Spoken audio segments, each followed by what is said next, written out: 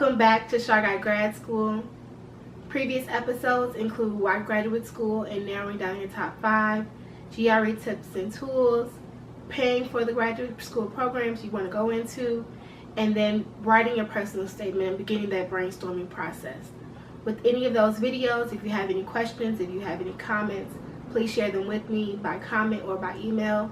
And today it's going to be all about personal care, self-care in graduate school. So I brought some props with me today. I have my prayer jar, which I'll explain upon later. I have my motivations here, and I have my journal, which is key for me in navigating this stressful yet hard time.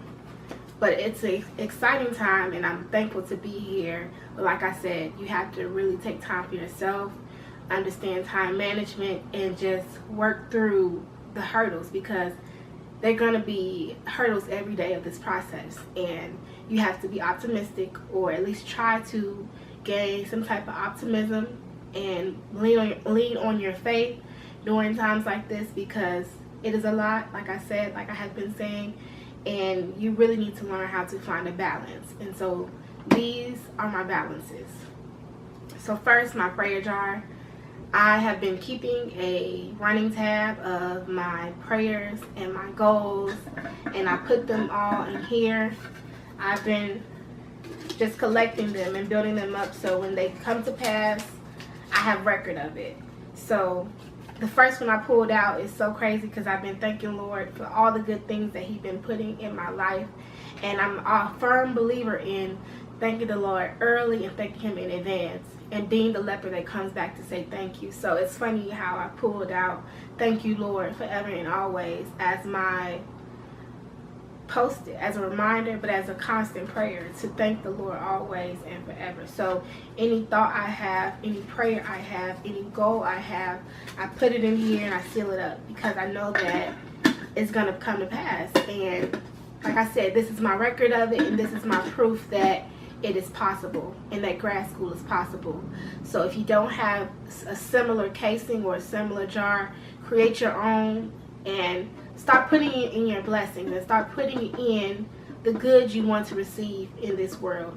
And so when it comes to manifest, you have record of it, and you have proof of the smallest proof of how good God is.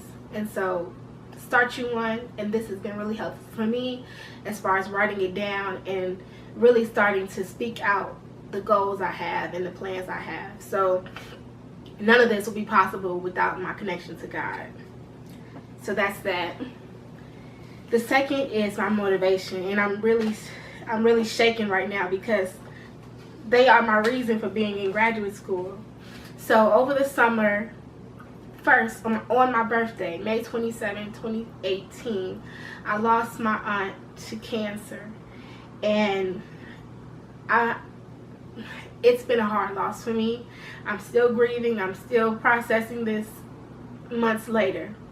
And so she was the very first person to send me just checking on you, a care package, whatever you want to call it, kind of message, kind of card, in the mail when I first arrived to college 4 years ago.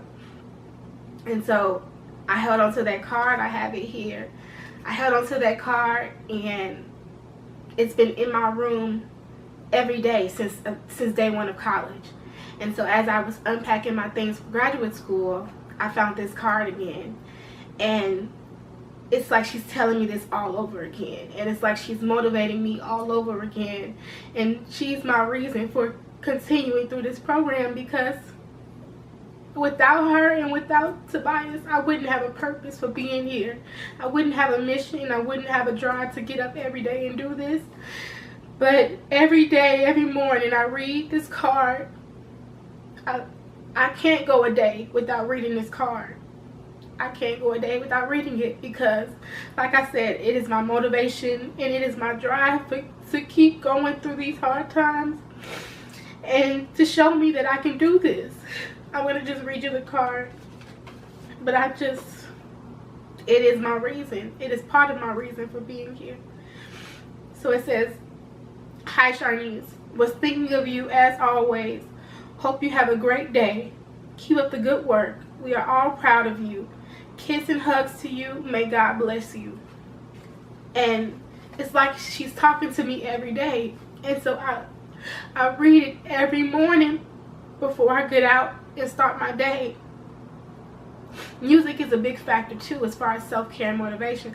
I listen to music all the time, but my wake-up song is Tamla Mann's Change Me. And if you don't have a wake-up song, whether that's any kind of affirmation song, any uplifting spiritual song, any pop song, anything that's going to get your day started, get you one, because Change Me has changed my life, and reading this card every day has only made me want to go harder, because now I have even more reason to get this master's degree. Secondly, in June or July, I think it was June or July, I can't remember, it was June or July 18th, I think it was July 18, 2018, I lost my little cousin Tobias to gun violence in Chicago. And we as a family are still hurting. We as a family are still in shock. We as a family still cannot believe that this little fun-loving 14-year-old boy is gone from us. He was like a little brother to me. Him and his brother Jarrell. They are my little brothers. And to know that he's not here with us physically is just doing something to my spirit. When he passed, my body ached for weeks because I lost a piece of my heart. And he is the reason why I wanted to be in graduate school. He is the focus of my studies. He is the reason why. He is my reason. They are my reason. They really are. They are my reason for being here. Because as you all know, I want to study the framing of media around minority communities, particularly black boys and black men. And like I said, he lost his life to gun violence, and the framing of the media around his story made me heartbroken, made me angry, because they didn't put him as a whole person. They placed him as a victim or a product of his environment, being that he is from the south side of Chicago, being that I am a product of the south side of Chicago, and that there are other complexities, there are other realities of people, men, women, young, old, of the south side of Chicago. And for him to get that slanted story without showing him as a person really broke my heart.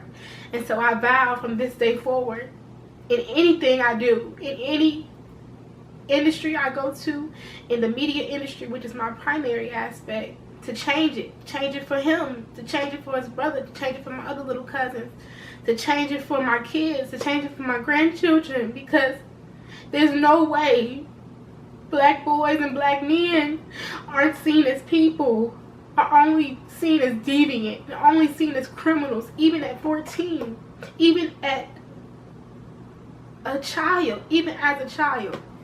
So, like I said, these two have been my reason for being here, my motivation for staying in school and doing what I can to finish.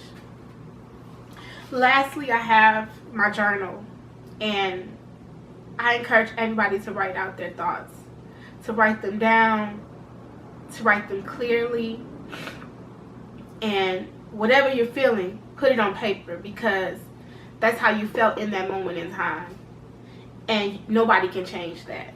Nobody can say you're not valid or this doesn't matter on paper. So write it down, and you learn through it, you grow through it. So I'm going to give you a snippet of my weeks throughout this program. So week 1, the first thing I wrote down was, this week has been a whirlwind. I felt hopeful and overwhelmed at the same time. And like I said, I really felt like that during week 1. But as I progressed and talked to more people and read more projects and read more theses, like it started to become possible. It started to become real. And so I'm so thankful for that. Week 2, this week was much better. I'm slowly learning to embrace the unknown. You got to do it for yourself. You got to find your own motivation, and you got to dig deep within yourself to figure out how you're going to navigate and how you're going to take it step by step, because this is a step-by-step kind of program and a step-by-step kind of process as far as higher education. I skipped week 3 for some reason. I don't understand. But week 4 has been a good week. I'm more clear about my purpose for grad school. I'm reading the first sentences of every week. And so, as you can see, as I move on, I get better. I get stronger. I get wiser about this grad school thing. And the goal of this is to show you that you have to balance yourself. You have to take time for yourself. You have to go out, have fun, go do things for you in the midst of the hard work that you will endure. So keep that in mind.